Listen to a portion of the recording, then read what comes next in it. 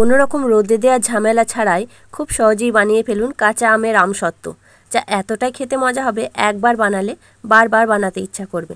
তাহলে চলুন আজকে এই আমসত্ত্ব রেসিপিটাও ঝটপট করে আপনাদের সঙ্গে শেয়ার করে নিই। তার জন্য দেখুন এখানে আমি নিয়ে নিয়েছি 500 গ্রাম মতো আম। এখানে দুটো আম আছে, এটা বাজার থেকেই কিনে এনেছি। এবার আমগুলোকে আমি খোসা ছাড়িয়ে নেব। আমগুলো খোসা ছাড়িয়ে নিয়েছি, আর আমগুলো যেহেতু দুদিন আনা রাখা ছিল তাই একটু রং ধরে গেছে। এবার আমগুলোকে আমি ছোট ছোট পিস করে কেটে নিচ্ছি। তো এইভাবে আপনারা কিন্তু কোনো রকম রোদে দেওয়া ঝামেলা ছাড়াই কাঁচা আমের আমসত্ত্ব বানিয়ে নিতে পারেন। খেতে কিন্তু খুব ভালো হবে, আর এটা কিন্তু স্টোর করেও রাখা যাবে। এবার ছোট ছোট পিস করে কেটে নিচ্ছি সব আমগুলোকে।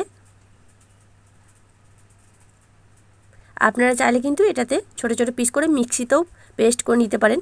আমি এগুলোকে একটু সিদ্ধ করে নেব। সমস্ত আম কেটে নিচ্ছি। এই যে এবার এগুলোকে একটু ভালো করে জল দিয়ে ধুয়ে নিচ্ছি। দিয়ে দিকে দেখুন কড়াই আমি জল গরম হতে দিয়েছিলাম। এবার আমগুলোকে সব কড়াইয়ের মধ্যে দিয়ে দিচ্ছি। দিয়ে চাপা দিয়ে এটাকে অল্প আছে 5 মিনিট সিদ্ধ করে নেব। আম ভালোভাবে সিদ্ধ করে নিয়েছি। এবার এগুলোকে ছেঁকে তুলে নিচ্ছি।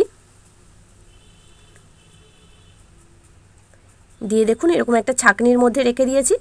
এবারে এই আমগুলোকে আমি এই ছাঁকনির মধ্যে দিয়ে এইভাবে ঘষে ঘষে এই পাল্পটা বার করে নেব।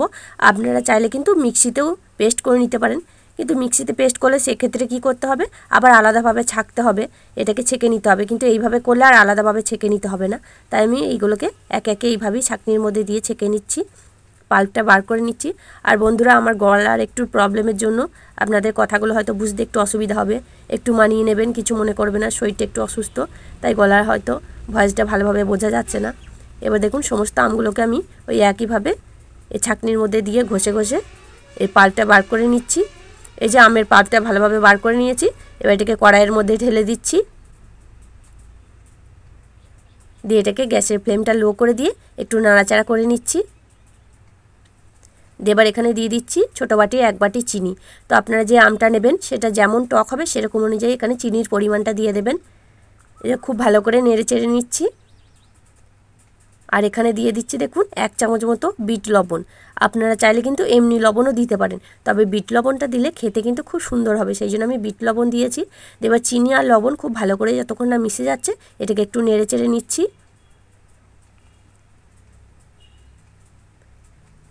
দেখুন খুব ভালো করে নেড়ে চেড়ে নিয়েছি।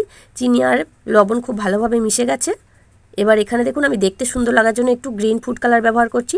তো আপনারা যদি বাড়িতে খাওয়ার জন্য ব্যবহার করেন তাহলে কিন্তু এটা যদি বানান তাহলে কিন্তু আর ফুড কালারটা ব্যবহার করবেন না, কারণ ফুড কালারটা মোটেও স্বাস্থ্যের জন্য ভালো নয়। আমি শুধু দেখতে সুন্দর লাগার জন্য একটু ব্যবহার করছি। দেখুন খুব সুন্দরভাবে কালারটা দিয়ে নিয়েছি। এবার এখানে দিচ্ছি কিছু চিলি ফ্লেক্স। এটা টক ঝাল মিষ্টি খেতে কিন্তু খুব ভালো লাগবে, সেই জন্য চিলি ফ্লেক্সটা ব্যবহার করছি। আপনারা কিন্তু না চাইলে নাও দিতে পারেন। এবার খুব ভালো করে মিশিয়ে নিয়েছি। আর এটা কিন্তু গ্যাসের ফ্লেমটা অফ করে দিয়েছি। এটা তৈরি হয়ে গেছে, এটাকে নামিয়ে নিচ্ছি। আর এদিকে দেখুন আমি একটা থালার মধ্যে একটু সাদা তেল দিয়ে খুব ভালো করে ব্রাশ করে নিচ্ছি। এই থালাটাতেই আজকে আমি এই আমসত্ত্বটা তৈরি করব। এবার এর মধ্যে আমি আমের পাল্পটা ঢেলে দিচ্ছি সম্পূর্ণটা।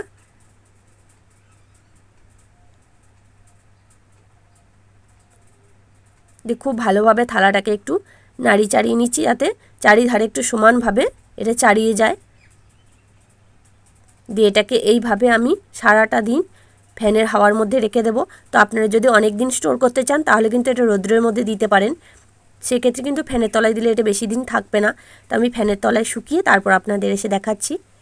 এ দেখুন আমি সারাদিন ফ্যানের তলায় রেখে দিয়েছিলাম। খুব সুন্দরভাবে আমসত্ত্বটা তৈরি হয়ে গেছে। দেখতে কতটা সুন্দর লাগছে দেখুন, আর খেতেও কিন্তু খুব সুন্দর হবে। এবার দেখুন যেহেতু তেল মাখিয়ে রেখেছি তাই দেখুন খুব সহজে এটা উঠে চলে আসবে। এই যে এবার আস্তে আস্তে এইভাবে হাতে করে টান দিলেই সহজেই উঠে চলে আসবে। কত সুন্দর দেখুন, এই যে কতটা সুন্দর হয়েছে। তো আপনারাও কিন্তু এইভাবে কাঁচা আমের আমসত্ত্ব বানিয়ে নিতে পারেন। খেতে কিন্তু খুব সুন্দর হয়। কতটা সুন্দর দেখতে লাগছে দেখুন, চিলি ফ্লেক্সটা দেওয়ার জন্য কিন্তু দেখতে খুবই সুন্দর লাগছে, আর খেতেও কিন্তু খুবই চটপটা হবে। এবার এটাকে আমি সাইজ মতো করে কেটে নিচ্ছি। প্রথমে দেখুন এই সাইডগুলোকে কেটে দিচ্ছি, দিয়ে আমি এটাকে চৌকো করে কেটে নেব। সাইডগুলো কিন্তু কেটে বাদ দিয়ে ফেলে দেবো না, এগুলোও কিন্তু একটু সুন্দর ডিজাইন করে নেব। এই যে এইভাবে করে নিচ্ছি, কত সুন্দর লাগছে দেখুন। তো আমি এইভাবে কাটছি, আপনারা নিজেদের পছন্দ মতো শেপ দিয়ে এখানে কেটে নিতে পারেন। সাইডগুলো প্রথমে কেটে নিচ্ছি, তারপর মাঝখান থেকে দুটো ভাগে ভাগ করে নেব, দিয়ে একটু চৌকো চৌকো করে কেটে নেব। এতে দেখতে কিন্তু খুব সুন্দর লাগবে। এই যে দেখুন সাইডগুলো এইভাবে করে নিচ্ছি, এবার মাঝখান থেকে এইভাবে দুটো ভাগে ভাগ করে নিচ্ছি, এগুলোকে এইভাবে একটু লম্বা লম্বা করে নিচ্ছি।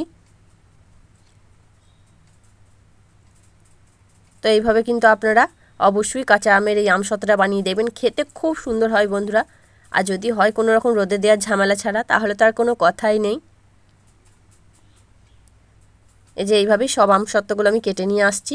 এই দেখুন সমস্ত আমসত্ত্বগুলো আমি কেটে নিয়েছি, আর দেখতে কতটা সুন্দর লাগছে, খেতে কিন্তু খুব ভালো হবে। তাহলে বন্ধুরা আজকে আমার এই আমসত্ত্বের রেসিপিটা আপনাদের কাছে কেমন লাগলো সেটা কিন্তু অবশ্যই কমেন্টের মাধ্যমে জানিয়ে দেবেন। দেখে যদি একটু ভালো লেগে থাকে, আপনি যদি নতুন বন্ধু হয়ে থাকেন, একটা লাইক দিয়ে চ্যানেলটিকে সাবস্ক্রাইব করে আমার সাথেই থাকার অনুরোধ রইল। পরবর্তী ভিডিও নোটিফিকেশানগুলো সবার আগে পাওয়ার জন্য পাশে থাকা বেল আইকনটি বাজিয়ে অল অপশনটি অন করে দেবেন। পুরনো বন্ধুদের অসংখ্য ধন্যবাদ প্রথম থেকে আমার সাথ দেওয়ার জন্য। তাহলে আজকের মতো এখানেই, আবারও ফিরে আসছি অন্য কোনো দিন অন্য একটা রেসিপি নিয়ে। ততক্ষণ আপনারা ভালো থাকবেন, সুস্থ থাকবেন। ধন্যবাদ।